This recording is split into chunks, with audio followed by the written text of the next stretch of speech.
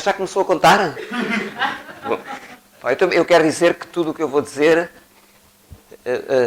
é dito em cima dos ombros daquela ideia do... Tem que parar o relógio.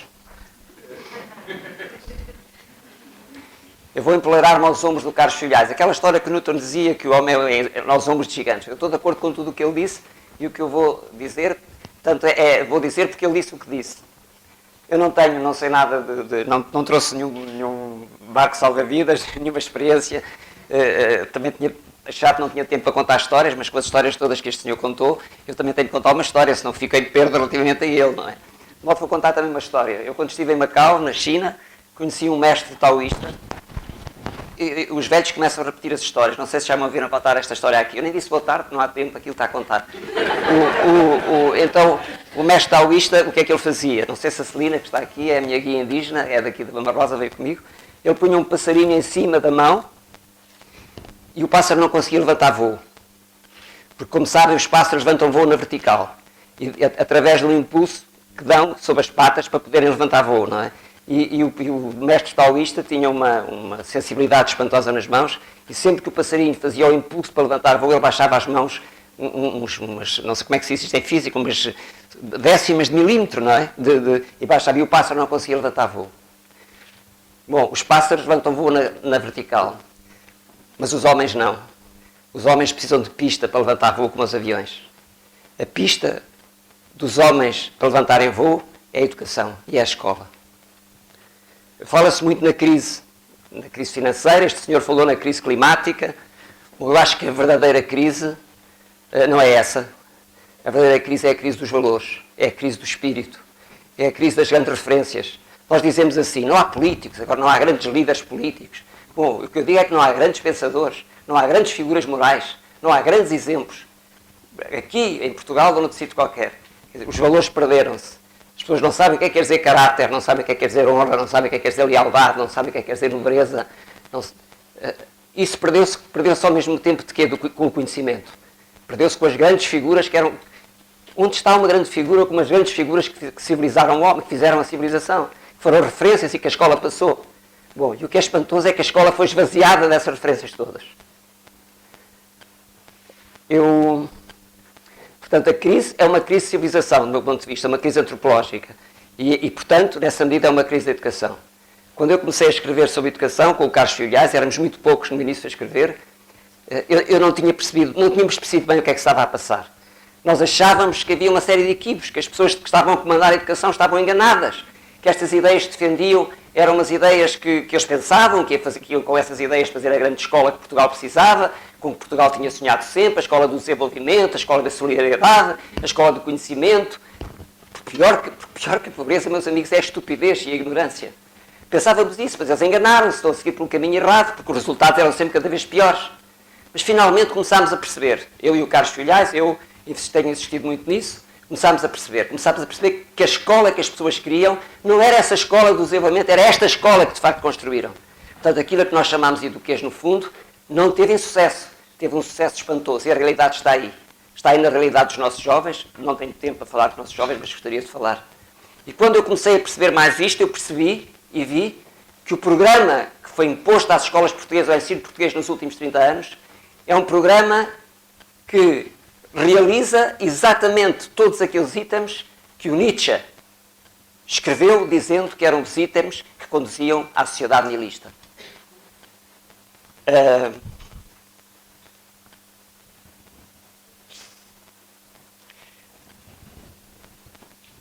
Esse programa, eu não vou ter tempo, que já ainda tenho 3 minutos, eu tenho aqui, foi dito explicitamente por alguns dos pensadores desta corrente que dominou o ensino em Portugal.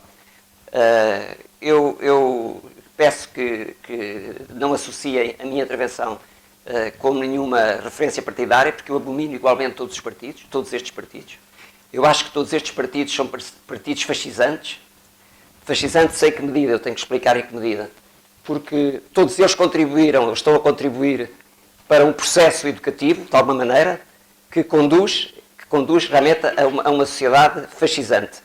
É uma sociedade de massas, em que as pessoas vão perdendo a consciência, vão perdendo a cultura, o conhecimento reparem nesta particularidade extraordinária. A grande literatura foi expulsa das nossas escolas.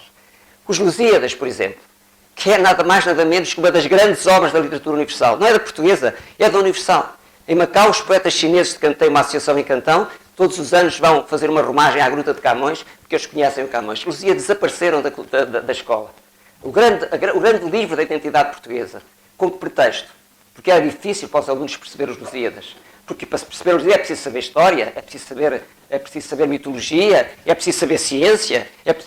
Pois é, mas é isso que os alunos têm de saber para poderem... Isso faz parte do que a escola deve dar.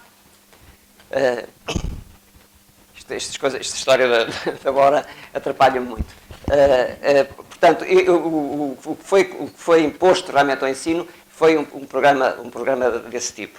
Como é que nos vamos libertar disso? Esse é que é o problema e a dificuldade é enorme, porque entretanto instalou-se uma moda. Toda a gente, reparem nos meios de comunicação, toda a gente fala de crise, toda a gente fala dos índices da retoma do mercado, mas quem é que fala de cultura? Quem é que fala de valores? Quem é que fala de sonho? Quem é que fala da vida, do sentido da vida?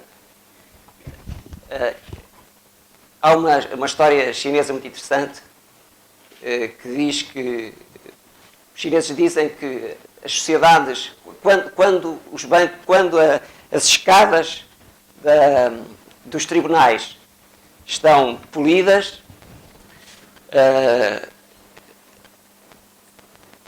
e quando, eu vou dizer ao contrário, quando as escadas para as escolas estão polidas e não têm ervas e estão limpas, e as escadas dos tribunais estão cheias de ervas e intransitáveis, isso significa que a sociedade é uma sociedade florescente.